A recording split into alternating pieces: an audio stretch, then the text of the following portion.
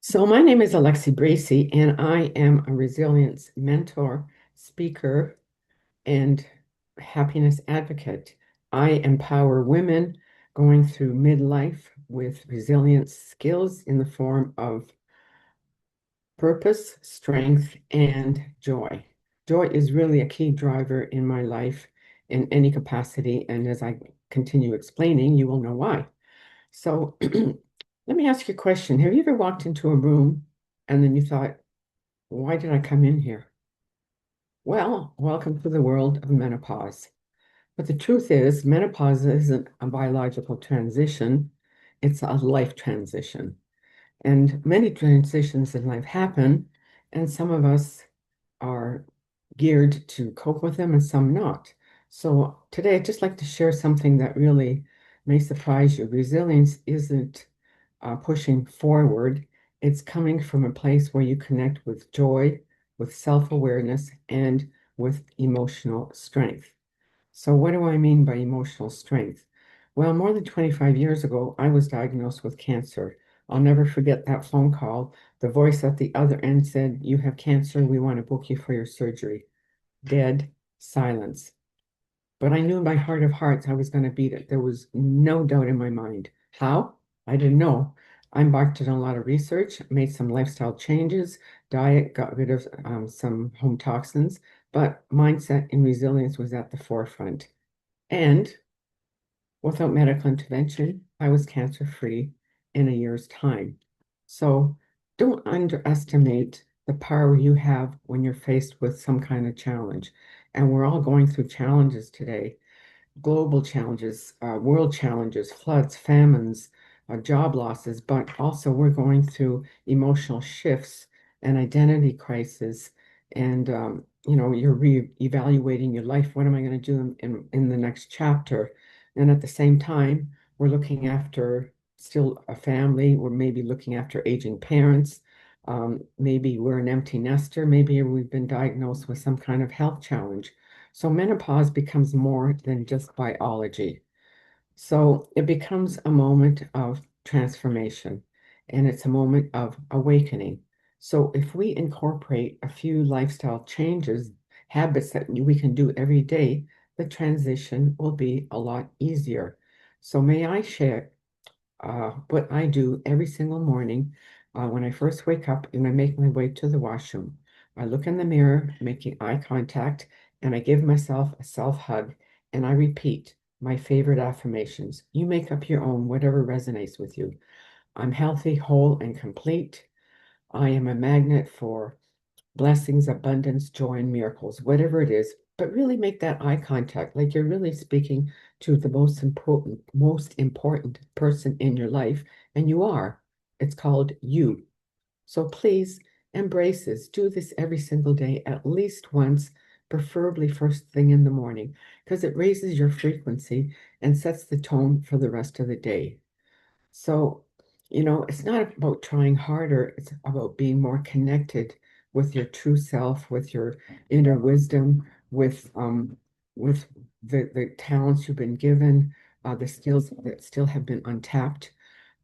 We also go through days, like I said, there's so much trauma and upsets and hurdles going, that really upset the daily momentum, our plans, um, and we're sort of in a spin. But if we connect with our heart, it makes it a whole lot easier. Your heart is the number one guide in your body, not your brain, contrary to what people think.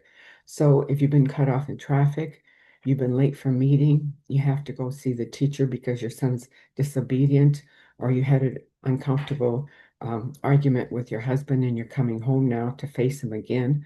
So what you can do, it takes you less than a minute, or you can expand it to like 4 or 5 minutes. So I suggest feet flat on the floor. You can place your hands on your heart if you so desire, and then just breathe in slowly a positive thought and breathe out another positive thought. So, for example, I'm going to breathe in peace and I'm going to breathe out love. And I'm going to breathe in kindness and I'm going to breathe out joy, and I'm going to breathe in community, and I'm going to breathe out happiness. So whatever words resonate with you, you make up your own.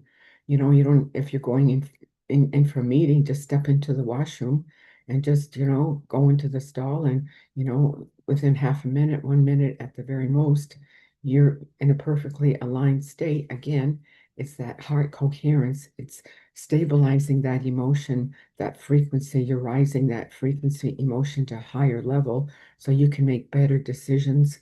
You have a clear mind and you're a nice person to be around. They say that behind every challenge, there is a gift or opportunity for you to be learned. Sometimes that's really hard to embrace, thinking, I don't want to have to put up with my teenage kids, or my mother doesn't like this new home that she's in. We're so stressed. We've been dealing with all these stresses over the years, but there is a nugget in there, and we just have to realize it. For example, when Christopher Reeves first had his accident, the person that helped him get over it brought joy to his life. And who was that? It was Robin Williams. They were staunch friends, and through his trials and his tribulations, Christopher Reeves, with his research on spinal cord injury, said they were the last 3 months of his life were the happiest because of the impact he was able to make in people's lives. Not being the equestrian, not being Superman, but down to earth, he was able to help people. So, what gift do you have that you can maybe share, empower, make a difference in somebody's life? Maybe your granddaughter likes watching you make cookies, and you're going to teach her how to make cookies, and she becomes a leading baker and appears on a national television. Or maybe you've got a garden and you're going to win awards on the garden, and you're going to be featured in a magazine. It's not for the notoriety, it's for the personal satisfaction that you have done something that really resonates with you and really um, motivates you and feeds your spirit. So resilience isn't about trying harder. It's about being connected with our inner strength, and we all do that. A key thing that I really stress and is paramount in my life is joy. We don't have enough joy in our life. Think of the last Zoom meeting you were on. The first thing everybody is complaining, especially lately, is the weather. It's snowing, it's raining, the floods, it's cold. you know, when we complain about things we can't change, it just drains our energy. Have you ever gone to a Zoom meeting where people are sharing the good things that have happened? I'm going to be on a TED Talk. My book is going to be published. I just, have been invited to be on a podcast show. So I challenge you, the next time you're going to be on a Zoom meeting, ask the host, if you could just reframe and ask everybody to share something good instead of something negative. It really strengthens your inner emotion, and it brings more joy to your life. So I ask you today, what one thing have you done today that has brought joy to your life or to someone else's life? Maybe you're joyous because you're listening to this podcast, the summit. Maybe you feel joyous because you're going to share your knowledge and your wisdom. Maybe you're joyous because you're going to meet your best friend for lunch. Maybe you're joyous because our company's coming over for dinner. Whatever it is, how I promote joy is when I'm walking down the street or in a store, I always smile at a person. But when you're smiling, please make eye contact. Offer a hug. I've even asked a stranger for a hug, depending on the circumstance. When I go into a store and somebody holds the door open for me, I always ask, is your mother still alive? And most times they say yes. And I'll say, well, tell her she's done a good job. They laugh, and their mother will be proud, and you don't know what kind of day she is having. So that one little nugget may really change that around for her, and she'll think, okay, well, I'm stronger than I thought, and I'm proud of my son or my daughter, whoever it may be. There's all sorts of little things you can do to add joy to people's lives. My favorite is telling jokes. I approach strangers at the dog park, at the grocery store, at the ATM machine, and like I said, on Zoom meetings, and I share a joke for the very reason it lowers cortisol, it raises serotonin and dopamine, and laughter has been shown to promote longevity. And then the guy goes home and he shares with his wife and says, I met this crazy woman at the dog park. She shared a joke, but it was really good. So, having said this, a lady reads an article that says that if you have a bath in milk, it will make your skin very beautiful and soft. So she leaves a note for the milkman that I want 25 gallons of milk today, please. And so when the milkman reads the note the next morning, he thinks it's a mistake. So he knocks on the door and says, I think you mean 2.5 gallons, not 25. And she says, Oh no, I want 25 gallons because it makes my skin very beautiful and soft. And as long as it comes up to my breasts. And he says, You mean you don't want it pasteurized? I'll say that word again, pasteurized. Get it? So, you may not be a joke teller, but you can always have a one-liner just to break the ice. Think of a happy memory, share with a friend, send a card to a friend, a physical card, not an email card. Buy some flowers. And I used to buy flowers and give a flower to each lady waiting in the line during COVID outside the grocery store. It just breaks the ice and makes things a little bit more doable because everybody's going through something. So use joy as emotional medicine. Go out and hug a tree. Cynthia can do it right now. I can't because where I live we've got snow on the ground. I love hugging a tree. I tell you, it gives me some kind of little message. There's always a little nugget that I get just out of the ordinary. I pick my tree. I like the thick bark or the thick trunk. And, these things may sound crazy, but all I'm suggesting is try them. You got nothing to lose. You know, um, Play your favorite song. They say dancing really raises your emotional frequency. I mean, that's why they have dancing and music before some of these Zoom meetings. Sometimes I think it's crazy, but it really changes the energy of the room. Conversations with friends talk about good things, not things that pull you down. Again, raise the frequency because that will raise your emotional resilience and you'll just feel happier, stronger, and more committed to do more. So I ask you right now, how can you begin your day tomorrow on a different note?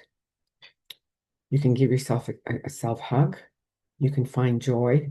At least three people each day offer joy to them, whether it's a smile, buying the barista a cup of coffee, whether it's holding the door open, and when you say thank you, don't say thanks. It's so flippant. Thanks, thanks. What does that mean? Don't spill the coffee or burp in public. Say thank you, and if possible, find out what the person's name, because everybody likes the sound of their name. It's just taking those extra steps when you focus on other people. Believe it or not, your resilience becomes a little bit stronger. So, for the next chapter in your life, decide what is really important to you. Do you want to start another career? Do you want to be on a TED Talk? Do you want to write that book? Do you want to be the best gardener in the country? Do you want to teach your daughter how to make the best cookies? Volunteer at the animal shelter, at women's shelters. There's all sorts of things. We have so much knowledge and wisdom and nuggets we've accumulated over the years. Let's share it with other people and don't worry about, oh, my hot flashes and how my face going to be red or what if I forget? We're all human. We all make mistakes. And just add a little bit of joy to it.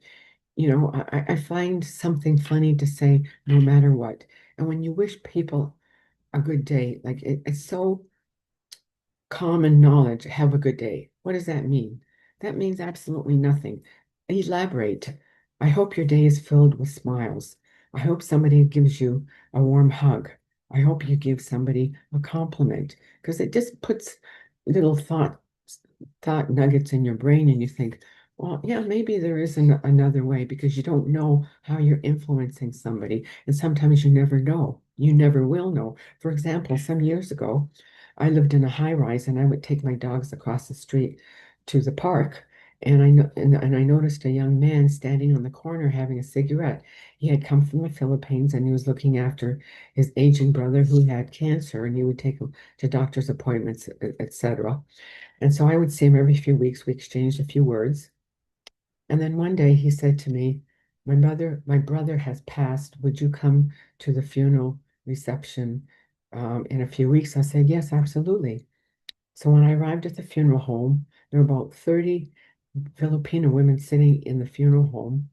I made my way up to my friend. He took me up to the casket. I had never met his brother. And he explained that they're waiting to make arrangements to ship the body and the casket back to the Philippines for burial so their mother could be there. We exchanged a few words. I left. Several weeks later, I'm walking down the street, and this young Filipino woman approaches me and she says, "Were you at so and so's funeral a few weeks ago?" I said, "Yes, I was." And she says, "You have no idea how your presence impacted our community." I tell you, this is something I will take with me to my grave. Like I said, you never know how you will impact another person's life. And sometimes you never will know. It doesn't matter. You're doing it to make the world a better place for you and for yourself. So, in this transition, when women are going through menopause, we become more self-aware, we become more self-compassionate, and we fill our life with joy. So don't forget the self-hug, the acts of joy, holding the door, smiling, sending a card. All those little nuggets make a big difference in people's lives. Resilience isn't about avoiding the storms. It's about learning how to rise again. And we all go through these stages. We don't have any choices. So if this conversation resonated with you, I'd love to have a one-on-one with you, or if you know of a speaking opportunity, I would welcome that. But there is one caveat. If you're going to come and talk with me for a little while, you have to come with a joke. You can read it, you don't have to recite it, but I'm collecting jokes and I'll make a book out of it and haven't decided on the charity I'm going to give it to. So in closing, I just like to leave you with one more. Mrs. Simpson is walking down the street in Dublin, and across the road is Father O'Henry. "Mrs. Simpson, how nice to see you. Didn't I marry you and your husband a few years ago?" "Oh, yes, you did, Father." "And then would there be any wee ones?" "Oh, no, not yet, Father." "Oh, that's too bad, but I tell you what, I'm going to Rome next week, so I'll light a fertility candle." "That would be lovely, Father." Many years go by. Mrs. Simpson's walking down the same street in Dublin, and across the road is Father O'Henry. "Mrs. Simpson, how nice to see you. Any wee ones yet?" "Oh, yes, Father. We have two sets of twins and four singles. We have a full house." "Oh, my, that is lovely. And how would your husband be?" "Oh, he's gone to Rome to blow out the effing candle." So much for that. Keep smiling, share joy. This is the time of your life for you to shine because you are making resilience your superpower. Thank you.